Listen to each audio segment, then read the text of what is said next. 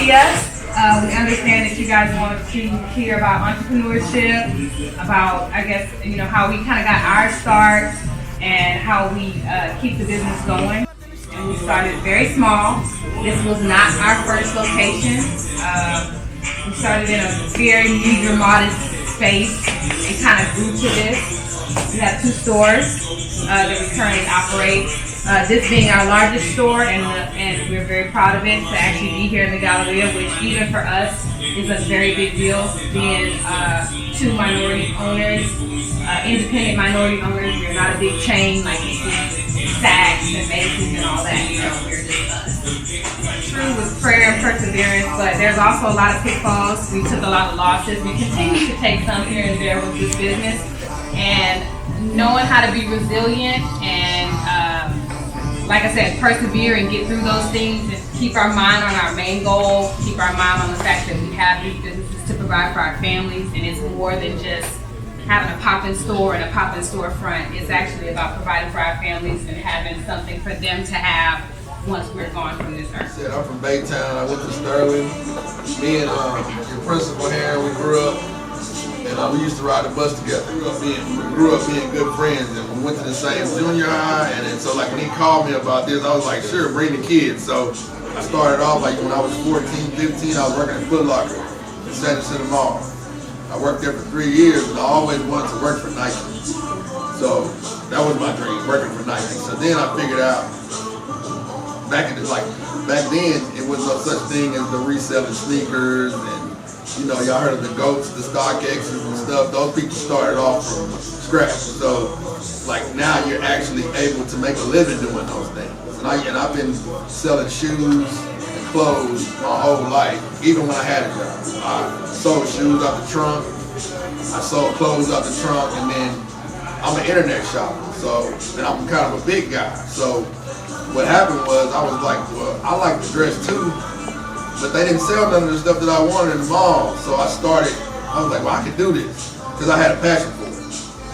And I worked a lot. She worked a lot. And I was like, one day I was like, well, I don't want to work in the chemical factory. But I used that to get to where I want. A lot of people be like, well, how do I get there? Well, you gotta do something you don't want to do to achieve something that you do want to do, regardless of what that is. I've opened up 3 stores. I've closed one of them because it didn't do good. But I just put my all into the mind frame that it's gonna work. Neither one of us had prior business experience. We didn't go to school for it. We didn't go to college for it. We went to college just not for that. So I also want to say, it's never too late to kind of refocus or change your mind frame if it's really something that you want to do. All of us want to have a fulfilling life, and you might not feel in the beginning that this is the path that I need to be on, but the key to that is having a plan and executing it, which we're gonna give you guys some t-shirts before you guys leave, and what is on the t-shirts says my agenda versus all of y'all. So we know y'all is Texas slang. We're from the South. We all say that. We all have country twang. But the key point of that being my agenda, which everybody's agenda is different. Your agenda can change. It can adapt. It can grow. It can get smaller, bigger, whatever to suit whatever path that you're on. But the main thing is that it remains your agenda and that you stay true to form and true to what it is that you want to do. Y'all know Kiati? You heard of him? Well, those are his shirts. He just incorporated my company. Yes, it's his brand. So he told me to, tell y'all that, I just want to let y'all know, so when somebody see y'all with the shirt on, it's also from him. It's a Repta City brand t-shirt. Yeah, it's his t-shirts, but he incorporated my company in it. Yeah, and so that's another thing we wanted to talk about is kind of giving back to your own community, which we do a lot of.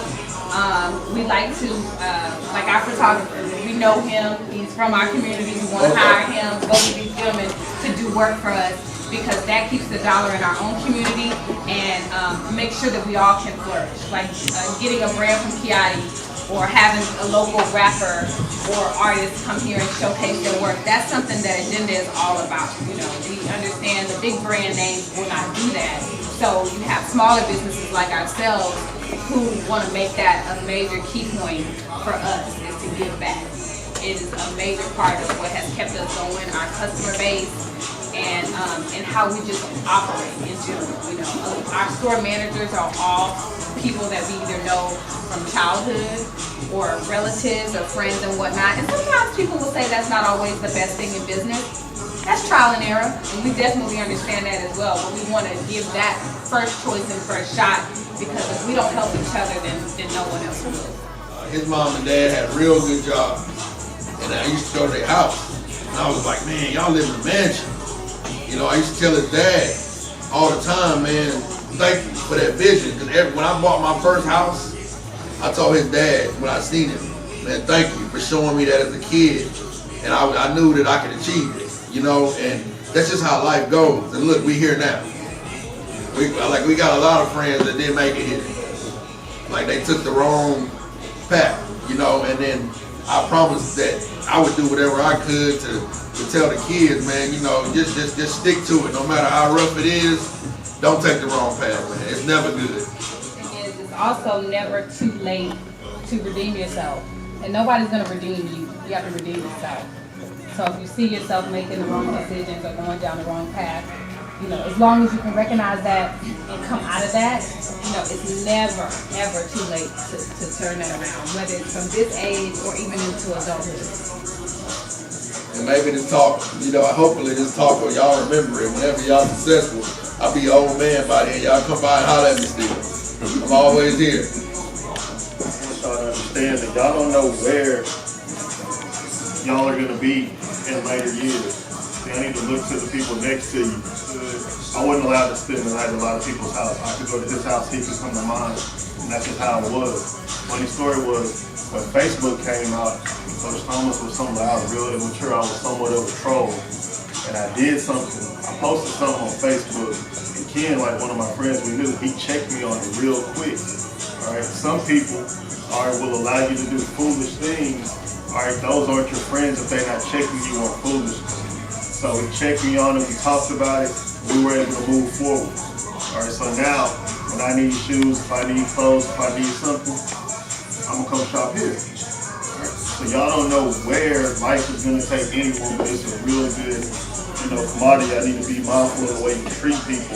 And if your friends see you doing something stupid and they check you on it, those are the friends you need to keep close, right? Don't burn bridges with people that are trying to get you to do the right thing or see something from another perspective. A lot of times I see y'all at school and your friend will be like, man, that's stupid, you need to stop. And y'all will cut the friend off. When they only trying to tell you to do the right thing. Y'all need to start thinking about the ones that are trying to lead y'all in the right direction and stop focusing on the ones that have you being clowns. I urge everyone not only to be careful about social media and what you post on social media, but if you can't post it on social media and feel comfortable with it, that means that you shouldn't do it at all. We have people that come in and apply, and I ask them on the fly, like, why they're here in my face. I don't wait for them to get home. I say, what's your social media tag? They gotta give it to you. And you're gonna give it to me right then and there.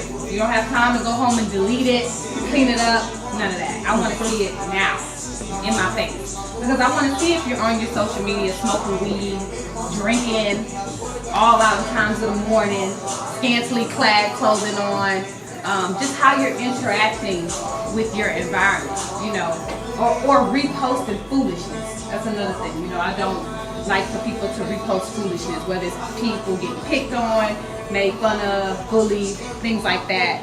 There are people that work with me that lose over $100,000 a year for posting foolishness on social media.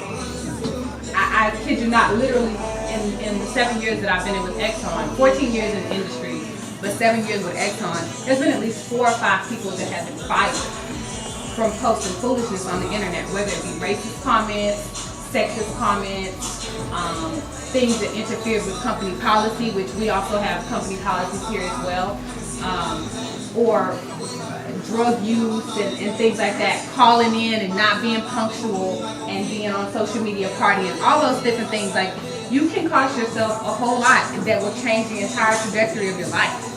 Just because it means, like, if you're not on time, it means you don't care about your job. regardless of what that job is. If it's flipping hamburgers or it's being an engineer, just be on time and do what you're supposed to do when you at work, because people don't like to pay you for not doing your job. Some of my shit.